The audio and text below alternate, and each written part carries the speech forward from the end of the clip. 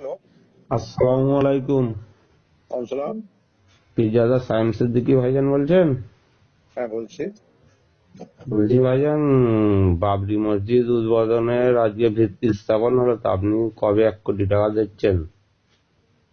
আমি বাবরি মসজিদটা কাজ হোক চলুক, তারপরে তো দেবো। দেবেন তো 1 কোটি? কেন? আমি না, আমার ভিডিওটা দেখেছেন পরিপূর্ণ সবটা? হ্যাঁ, আপনি বলেছেন যদি বাবরি আমি মসজিদ। কথা বলছি, শোনেন, বলছি আমার পুরো ভিডিওটা দেখেছেন?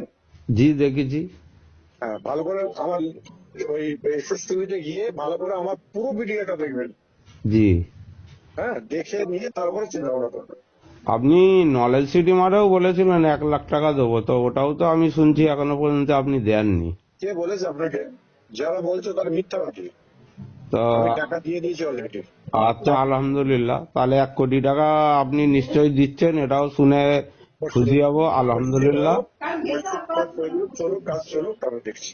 আর কি, আলহামদুলিল্লাহ এত টাকা উঠেছে হ্যাঁ, একজনই সেভিংস। 1 কোটি টাকা দিয়েছেন। হ্যাঁ, সেভিংস অ্যাকাউন্টে টাকা নিতে পারিনি। হুমায়ুন কবির স্যার বলছেন যে আজকে আর টাকা ফেলবেন না, কাল থেকে দেবেন আবার।